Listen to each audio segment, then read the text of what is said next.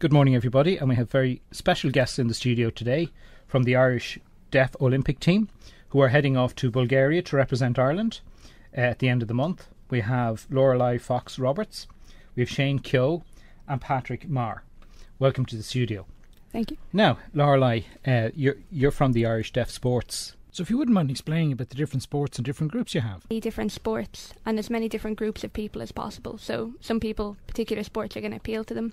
And if they come to the organisation and there's a sport that isn't represented, we'll do everything in our power to arrange a group or point them in the direction of another group to get them involved in that sport. Right. And for the Deaflympics, there are 25 sports involved overall, 18 of which are in the summer games. Right. With the remainder being in the winter games then. So it's quite diversely spread across all different sports. So if somebody is really good at, say, I know Shane is obviously an excellent badminton player and Patrick's the footballer. Yeah. That so their individual sports are well represented here. And if there's a sport out there that isn't, somebody could contact yourselves and hopefully you'd be able to look after them. Oh, absolutely. And Deaf Sports Ireland is the national governing body for all 32 counties of Ireland as well. Right. So it can be a cross-border thing as well. Okay. Yeah. Right. Okay. And so to contact yourselves, what have you an email address? Well, we have a website which is deafsportsireland.com. Right. Or you can email admin@deafsportsireland.com. And of course, you also have a text line which is 087 134 9877. Okay, that's grand. That's perfect. Yeah, because obviously, the one thing that I suppose trying to cover a deaf topic on radio is difficult, let's be honest. But that's why here in FM we've decided we're going to have somebody translate it and sign it for us. So we'll have that up on our website and our Facebook page as well, so that everybody can actually see it and understand what's going on. Well, it's lovely to have something that the hearing community and the deaf community are both experiencing together. Exactly. Yeah. Okay, now I suppose, can you tell me a bit about the Deaflympics that these guys are going to? So the Deaflympics this year is the 22nd Deaflympics, and it's running from the 25th of July until the 4th of August in Bulgaria. Right. It's going to be spread across 2 cities. Most of the sports are going to be held in Sofia, and then the football is going to be in Prevets, which is about 60 kilometres away. Right, okay. And the good thing is, thank God these guys are able to train in this heat now, because it's going to be really hot in Bulgaria to try and acclimatise to that, because it would, particularly say playing the football in that kind of heat would be quite difficult. Yeah, quite a different experience. Yeah. And how many different countries are taking part? In the last Deaflympics 4 years ago, there were 77 different nations took part, and that had broken records. And they've estimated that those records are again going to be broken this year, so it'll be even more than 77 nations. Right. And that was just short of 5,000 athletes. Wow, 5,000. Yeah. That's a huge number of participants. Yeah. And excuse my ignorance in this, but how does somebody... Okay, Lorelei, is there a category or, excuse my ignorance in this, but is there a level of deafness that somebody can actually partake in the sports? Well, in any of sports, kind of on a national level, you can get involved. For the Deaflympic team, you need to have a hearing loss of 55 dB or below in your better ear to qualify. If it's above that, you won't qualify, but you can still get involved in sports. Right, okay, yeah. Regionally. Yeah. Right, okay, so there could be somebody out there listening to say who is hard of hearing or has difficulty, and they would qualify to partake in with yourselves. Oh yeah. Okay, so the best way is for them to contact yourselves, and then it's always worth finding out. Yeah, exactly. Yeah, sure. If you're playing sport, and there's more outlets out there, well, go out and do it. That's always my kind of attitude. Yeah. Okay, well, thanks, Lorelei. We'll be back to you in a little while. Next, of course, we have from the badminton team, Shane Keogh. Okay, Shane. So you're heading off on this great trip, and I of course know you personally through the badminton.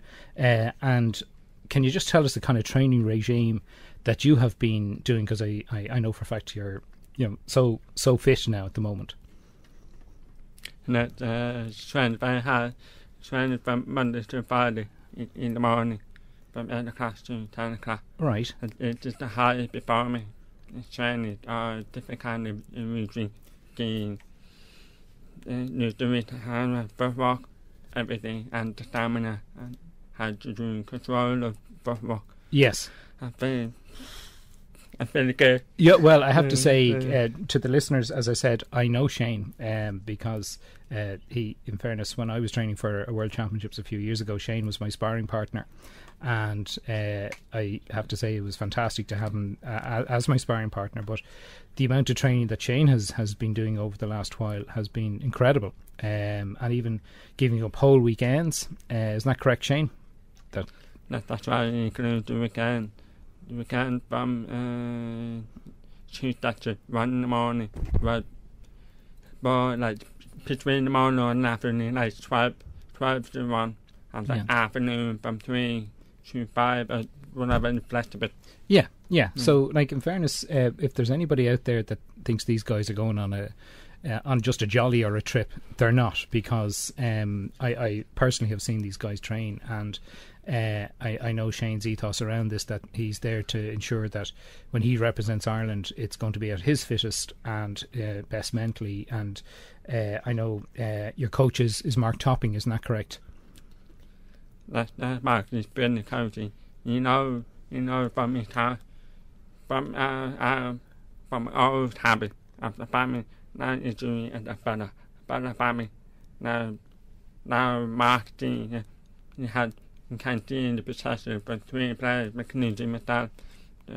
It's been the coach really can't find his time to concentrate, to train with her, and have patience with her. Because some have time, some are doing fine, trying to get Mark getting involved.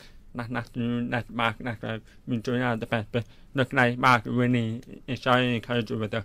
Yeah, because I've seen him in action, in fairness now, and I think like Mark is a former international and a bronze medalist at the European Vets, so he knows his stuff completely. And I think the one good thing Mark has with you is a great rapport, and that you all get on well with Mark, which is extremely important.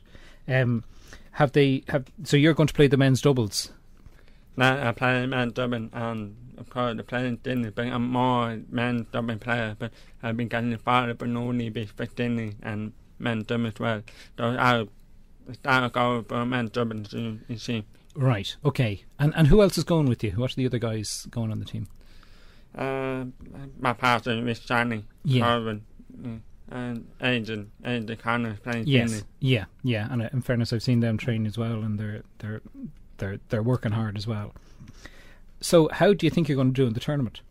Compare from the previous European Championship and the World that game. Now this time, I'm going to be Charlie, and I'm looking forward to seeing the opportunity. Opposed, then see how it's transforming from my previous to my standard. So I'm looking forward to only be my first time going there. So it's your first time going to this event? Opening that. That's why I'm looking forward to it. Yeah. Going to be with the country and the different people. Yeah, and of course I've been in touch with the English badminton team through Dennis Cleary, who's their coach, who I think you know as well. And they're training very hard, and of course they have the super player Raji Baga, who not alone takes part in the Deaflympics, but actually plays English senior internationals as well, and he has won many European senior medals for England down through the years, and that's the standard you have to play against, isn't that correct? So that's tough going. And I remember the last time we played getting 20 before not in the competition in the local club and played. We played out after in the main tournament, like the World Cup game. We've been because of the standard of training. Yes, yeah. Because we don't have at the moment. Now we have Mark. So we're looking forward to. Yeah, fair play to you. I have to say you're working very hard, and I know we are here in Near FM. We wish you all the very best with that. Okay, well, we're back to Shane now in a second. And now we're going to interview Patrick Marr, who's a member of the football team, who are also travelling to Bulgaria. Now, we actually have an interpreter, Amanda Dunn, who's going to interpret the questions for me. So if there's a slight delay, we're not off air on Near FM. We're just having it. Done for Patrick. Okay, Patrick, welcome to the show.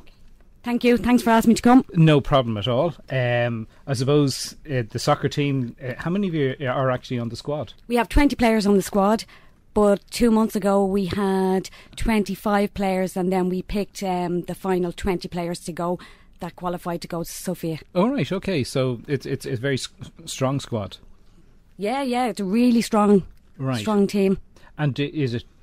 And I feel like we have a stronger team this time rather than before. Oh, right, okay, well that's even better. And tell me, where's the team drawn from? Is it mainly Dublin players, or is it around the country? No, we have a selection from all over Ireland. We have some from Ulster, Munster, Leinster. We have all over. Right, okay, so it's a countrywide team. Yeah. Okay, and do you play League of Ireland, or do you play, what league do you play? Yeah, I play in a league in the AUL. Oh, right, okay. So I play for a deaf team. Okay, which is literally just up the road from us here. Yeah. Yeah, okay. And tell me what's your training regime been like? We've been training every second weekend. We've been training up in the AUL grounds and also in Deaf Village Ireland in Cabra. Right, okay. So you've been putting yourselves through the paces. Yeah, at the moment we've been it's really, really intense. Like, we have our final match this weekend, so hopefully we're strong enough. And looking back at last weekend, like, the fitness level has really, really improved, and I feel like we're, on top of our game. Compared to before, we were kind of struggling, but now we feel like we're able. Our fitness level has really come up. Great. Well, and have you your draw yet, or who are you going to play? Do you know yet? We're going to play against Nigeria in the first game, then Russia, and then it'll be Japan. Okay, and do one team get through, or is it two teams get through in the group? It'll be the top two that'll go through. Okay, right, and what are your chances? Okay, we'll put you in your spot here. What are your chances? Hopefully we have a chance to go in, because we have a strong team and we're strong enough, so I'm hopeful. Right, well that's great. What position do you play, Patrick? I play left midfield or forward. Right, okay, fair play to you. I have to say now. And it wouldn't be easy now in this heat trying to train. Yeah, it's really tough, but lucky at the moment, we're lucky we can train in this heat now, so we can prepare for going over to Bulgaria, Yeah, and so it won't be a shock. Yeah, that is the other problem, because we're just not used to this weather. Yeah. So it's really good, that we're getting ready and preparing ourselves in this heat to go over. Yeah. And tell me, when are you guys flying out? I'm flying out on the 22nd of July. And the first match is when? We're playing our first match on the 25th. And then the second game is 27th. So we play a match every second day. Okay, so that at least gives you 1 day of a break just to get your strength back. It'd be a recovery. Yes, day. Yeah. And how many teams are taking part in the football? 16 playing for the men's, and we have 7 for the women. Let's see.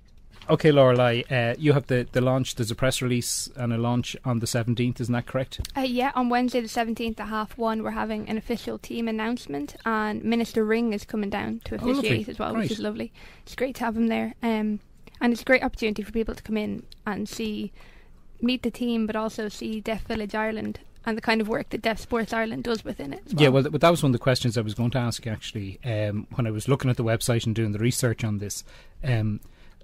What have you got in the Deaf Village, and where exactly is it? Well, it's just off the Ratoath Road in Cabra. Right, okay. It's kind of got everything. It's got the Inspire Fitness Centre. Okay. And then a multitude of deaf organisations. We're there, Deaf Sports Ireland. There's the Catholic Institute for Deaf People, the Dublin Deaf Association, and then Deaf Here on the premises as well, just to name a few. Then there's a cafe, regular kind of coffee mornings in different groups and meetings and stuff are held there for different community groups as well. Right, perfect, yeah, that's fantastic. And it's become quite a kind of melting hub, I think, between the deaf and the hearing community as well, because a lot of the local community from Cabra come in there as well. Okay, well, which is, let's face it, that's the best way, because I know Shane plays badminton in the Dublin District League, and so he's out there playing his sport in the mainstream, or which is fantastic. And like I presume Patrick here, I know he said he's playing on a deaf team up in the AUL, but he must be playing against guys who have hearing, so the great thing is the integration of the whole lot, and I think that's very, very important as well nowadays. Yeah, and something to be encouraged. Absolutely. Yeah. I think it's fantastic to see, because that's what should be happening. There should be no barriers anymore at all. And do these superstars come up to the village and sign autographs very often, or is it just you might be able to convince them to come in with some autograph signing? Yeah, because we'll have to get some photographs for the website and stuff like that. So Lorelei, this isn't a in these austerity times and stuff like that, have you got much support from anybody for the team going away? We have, and we've been quite fortunate in getting that support, because there's not a lot of state funding within Ireland for deaf sports. It's not as recognised as it could be, but we've gained support from the likes of the FAI and Badminton Ireland, the Irish Sports Council, and then some smaller groups, more local groups, the Dublin Deaf Association and CIDP, the Catholic Institute for Deaf People, both supported us. Bridge Interpreting and Paul W. Tracy's solicitors have also been really generous, and they've in fact sponsored the gear for the athletes to travel over in and to wear during their rest periods and away from the matches. Because that kind of stuff is very important, because if you're travelling as a team, not just on the court or on the football pitch, but off it, so that people can recognise you. It's kind of really important. Or going on the airplane, that people can say, "Oh, there's the Irish team." And that's kind of, I think it's very good for the morale of the team as well, and gives them all kind of a good feel factor as well. It's kind of a community feel that everyone's kind of united in. Yeah. And Active Sport actually have also been very generous. They've provided the gear, but they've been great in working with us to get the best design, and have been really generous in working with us. Right, okay. And Shane, I know yourself that Badminton Ireland and the Leinster branch have been quite good. If there's anybody out there that's listening to Near FM when this interview is going out, please contact Lorelei or the Irish Deaf Sports, because they are looking for a little bit more help, as always. As always. As always, okay. So thanks for coming into the studio today. We wish you all the very best in Bulgaria, and when you win a few medals, we hope you'll come back and have a chat to us again. Thank you.